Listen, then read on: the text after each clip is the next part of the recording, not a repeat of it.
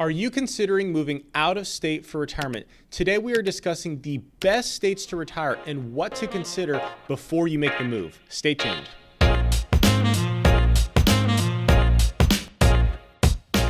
Hey there, it's Alex and Anthony from One Degree Advisors. If you're new here, we are certified financial planners that help folks with all things tax, retirement, and investment related. Today we're talking about moving out of state in retirement. So let's first go over, why people move out of state in retirement. One of the first reasons they do that is cost of living, right? To reduce expenses. Yeah, absolutely. And if you look at the World Population Survey that came out for 2022, best states to retire, South Dakota's number one. And it talks about the cost of living is 4% below the national average, comfortable retirement, expenses about $61,000, so about $5,000 a month.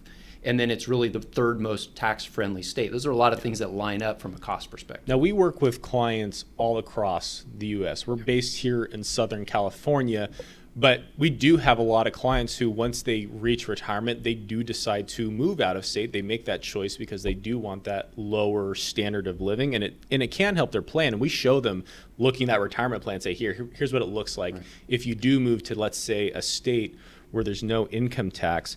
But there are things to watch out for when you're considering moving out of state, just purely for the cost of living adjustment. Yeah, we're here based in California, second highest cost state. So a lot of people do move out of state for retirement. But you got to watch. No one, when they move out of state, goes, I saved $24 in taxes today. It really comes down to quality of life and other things that bring connection within that other state.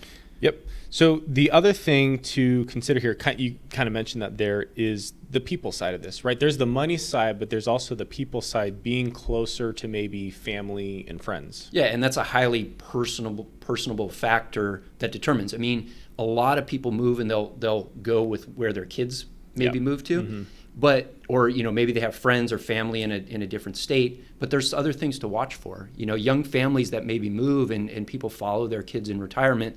Young families then move. So we've had people where they're sort of, quote unquote, chasing their kids, and then their kids leave, and now they're in a state where maybe they don't want to live. Yeah, and this is something where, again, after coaching like hundreds of families through this retirement process, we kind of have a good idea of things to watch out for, right? When a client comes to us and is like, hey, I'm thinking about moving to this state, it's like, yeah, the cost of living might look pretty good for you, but like, what are you going to do out there? Like, where are your family and friends? A lot of people they don't think about that too much. They're like, oh, well, I'll fly out and I'll see everyone. Right. It gets really hard because once you retire, you have a lot of free time. What are you going to do to fill that time? And for many people, not all, many people fill that time with family and friends. Yeah, and what's interesting is oftentimes when I do talk with clients shortly after they move out of state, the thing they talk about is who have they connected with. Have they found a church? Have they found a community, something to rally around in terms of a common interest? What is the people aspect of it is what they talk about. The third thing here is the politics. So we find a lot of people, or many people, may move out of state in retirement because honestly they're just fed up with the current politics in their states, and they want to move to a state where their values are more aligned with that state's values. Yeah, and that comes with also connecting with people that are more like-minded. So yeah, people do get fed up with a particular state, like here in California, just as an example, it's definitely more liberal. So people will look at the problems that maybe we have within our state and say, it's got to be better somewhere else. And the thing is, the grass is not always greener. And so, and then political landscapes do shift. States go from blue to red or red to blue, and, then you're maybe in that state where maybe you didn't want to be. Yeah, you moved there, and all of a sudden, a couple years later, or maybe 5-7 years later, all of a sudden it's now different.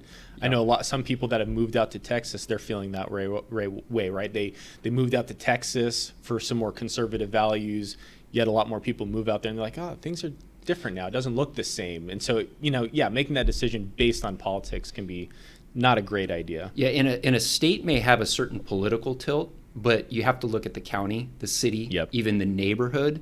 And then even if you take that idea beyond politics to down to a certain neighborhood, we'll often recommend to people when they move to a different state is rent maybe for 6 months to a year. Test it out. Yeah, and it goes beyond just politics, but who are the people that are around? What are the traffic patterns? Where have I built community before you really plant roots? The other thing here, and this is important in retirement, is just the weather. Are you going from something that's going to be worse or to something that's going to be better than what you're used to? Right. What you're used to. So oftentimes people travel to a different state. Maybe they went on there on vacation and they say, oh, this is great. I want to live here. But have they lived there during the winter? Year round. or during even the summer? So like Hawaii or Florida might sound great, but can you deal with the humidity, during the more extreme seasons? Well, and again, if you're like moving out of California, California is expensive. A lot of people call that the sunshine tax. Right. So you pay a premium to have some awesome weather year round, and you don't have to deal with the really harsh winters, which can get more difficult as you get older, right? You don't want to be maybe shoveling out your driveway as you continue to get older. That gets a lot more difficult. So try to visit in such a way that it goes beyond a visit, where you experience a little bit of daily life, and do it in the more extreme weather seasons. Yeah. So as we look at all these things, again, cost of living, just those expenses, the people side of it, the politics, the weather, really this all gets tied back to the financial plan. And that's why we were talking about earlier,